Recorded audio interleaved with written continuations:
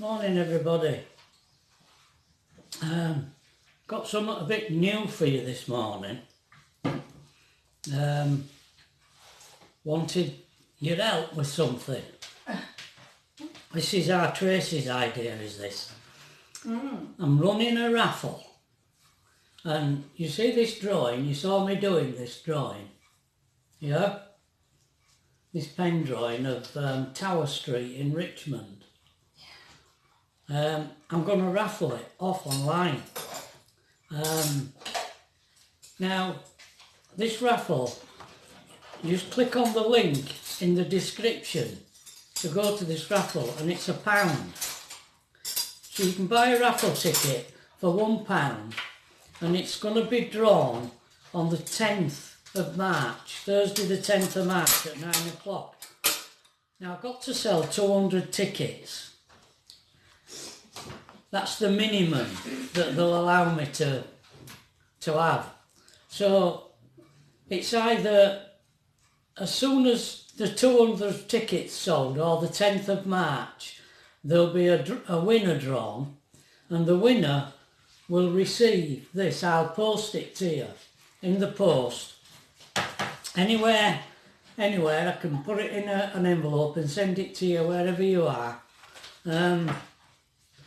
If it don't reach 200, the winner of the draw will receive a cash prize anyway. So that's how it's going to work. So I wonder if you would be prepared to click on the link. It'll take you to a site called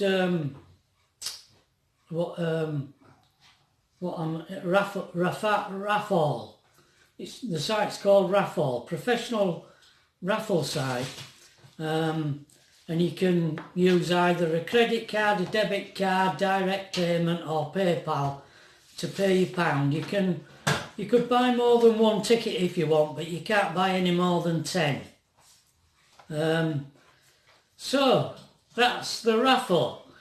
I wonder if you would do it and help us out on the site and win this beautiful drawing of mine, and if it works, I'll do some more drawings. All right, thank you. Hi everybody. Hello. Are you out of the picture there, I darling? am not quite sat right. I've just sat down to take the tablets. Right. I didn't know you were turning it. There you are. I'm in now. Right. Bit raggedy, but I'm in. She made us a cooked breakfast this morning, haven't you, darling? Now this next letter was still in November '66. Was another one from Pat, and this letter included messages from Gran, your grandma, and your mum. Oh, wow. I know. Your grandma asked you to tell me that she was sorry that she missed me when I left. Oh, right. Because I went very early on in the morning, didn't I? But she says Pamela sent a message saying she hopes I've gone for good. She was only 11. Yeah. Yeah, she was. But then she relented and said that because they thought I might be coming back in January. All right. You know, when I was hoping to do the tank driving course in Bovington in January. So she said she would wait for me to come back before she had her birthday party on the 12th. All right. So she did relent. And your mum, you told me that your mum wanted to read the letters. Oh. She didn't trust me. From you. Your mum didn't trust me. Right. And she wanted, but you won't let her read them. All right. yeah. At that point in time. And that weekend, your grandma were going to take you out for a new pair of boots. Oh, right. And you were also going to treat yourself to a pattern for a hipster shirt. Hipster shirt. Yeah. Oh. You said you were going to buy a pattern so that you could make yourself a hipster shirt. Oh, I don't know what that was. Well, you're going to make more than one. Oh. Yeah. You were up at 8 that morning. All right. You wrote this letter, and you were still watching telly at 12 o'clock at night. Right. And then you said Brian was saving up to go to Luxembourg. That never happened. Oh, wow. Luxembourg. Yeah. Right. And this Ian cropped up again. You had a date with him, All right. but you cancelled the date. Oh, I don't know who he is. This Ian. Right. Yeah. Aye. Unless, like I said, he was the one that were at the club. Right. I think my mum was trying to get me off with him. Because he was nearer to home. All right. Yeah. You probably younger Yeah, it would have been. Oh, yeah. than you. And you said it's 1 a.m. Oh, And you're in maybe she bed thought drink- she could manipulate him more. Yeah. Yeah. Go on. And you were in bed drinking Ovaltine and your mum were reading. Oh, Yeah. Ovaltini. We are the Ovaltinis, little girls and boys. Something about we wake each day to work and play, is it? I don't know, I can't can't remember. remember the rest No, of it, I no. can't. No.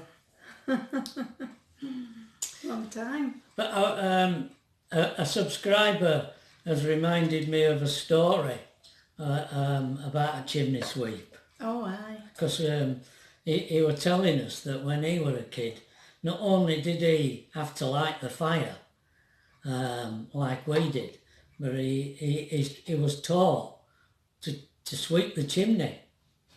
And he used to sweep the chimney as well. Oh, every 6 weeks. And his mum had him doing it every 6 weeks. But it reminded me of a story of a chimney sweep, because we had chimneys, we had coal fires when we lived in Waddingham. And we had a regular chat for years, and it were always arranged by Glad over at road, our neighbour. Because he did hers as He well. did hers as well. We always did a few in village. We used to go to Gordon's and come round to Glad and then over to us. But eventually this chap retired, and Glad found another one, and she arranged for this chimney sweep to come and do her chimney and then ours. But it were on a Saturday when we were at my mum's. You know, every fortnight on a Saturday we went up to Tadcaster and spent the day with my mum. We never used to get back while 10:15 at night. Well, Glad, we left his key with Glad, and Glad let him in so he could do our chimney while we were at my mum's. Well, when we got home that night,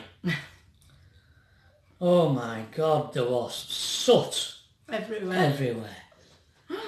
You put a damp cloth on the carpet and it just come up black, didn't it?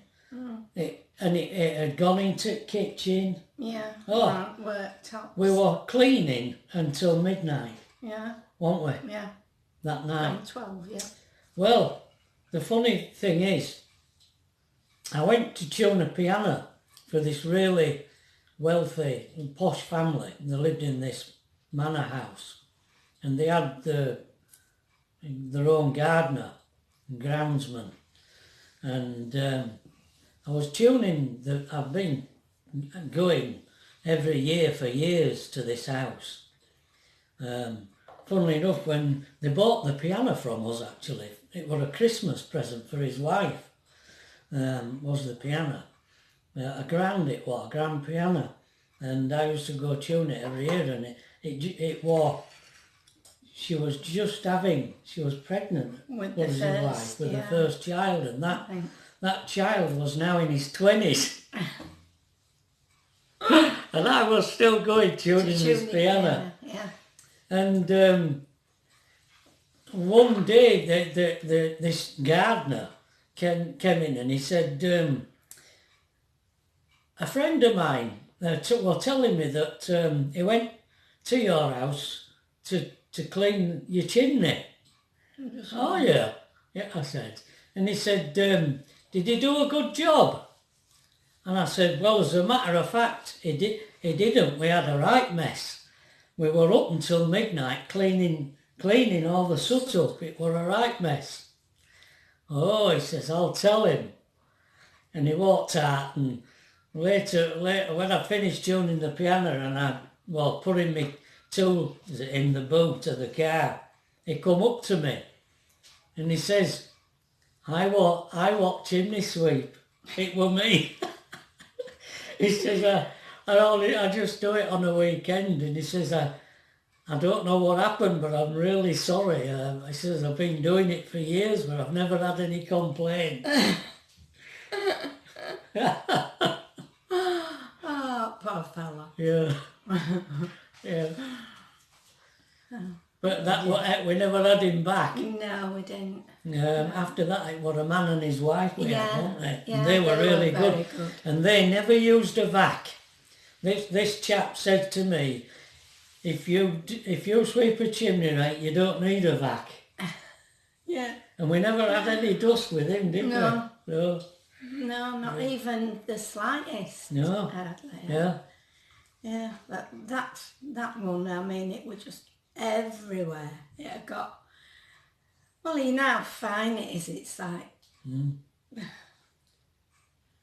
like icing sugar. It just sort of spread itself. It was everywhere. It was everywhere. I mean, you couldn't even see it on the floor. No, you couldn't see but it was there. Oh. Just a layer of fine soot.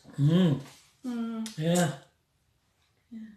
We weren't well pleased because I think we were tired. We'd been out all day. We'd been out all day. Driven up to Tadcaster and then driven back. And then we're then faced had to with start that. cleaning, you know. But Yeah. these things happen, don't they? Yeah. Yeah. Probably didn't happen to him any other time, but it just happened to us. Yeah. Well, Glad were all right, wasn't she? Yeah, I think Glad were all right. I think Glad said hers were all right. Well, she said it was. I mean, whether she couldn't see it, I don't know. God, she was deaf. She used to have a television on at night and used to hear it up street. Yeah. It was that loud. She was a lovely lady. We used to take her shopping with us, didn't we? Yeah. Yeah. We looked after Glad. Yeah. After her husband died, didn't we? Yeah, we did, yeah. And her brother lived up street and then he moved into Peterborough. Yeah, he did. So he knew that we would take care of her, and we did. Yeah, and when Glad died, he gave us, he gave us £1,000, didn't he? He did, yeah. Yeah. And Glad's television, yeah. And Glad's telly? All right. Yeah, he did. I forgot about that. Right. Okay. Well, that's it. That's a video. Thank you. Thank you, and See you later.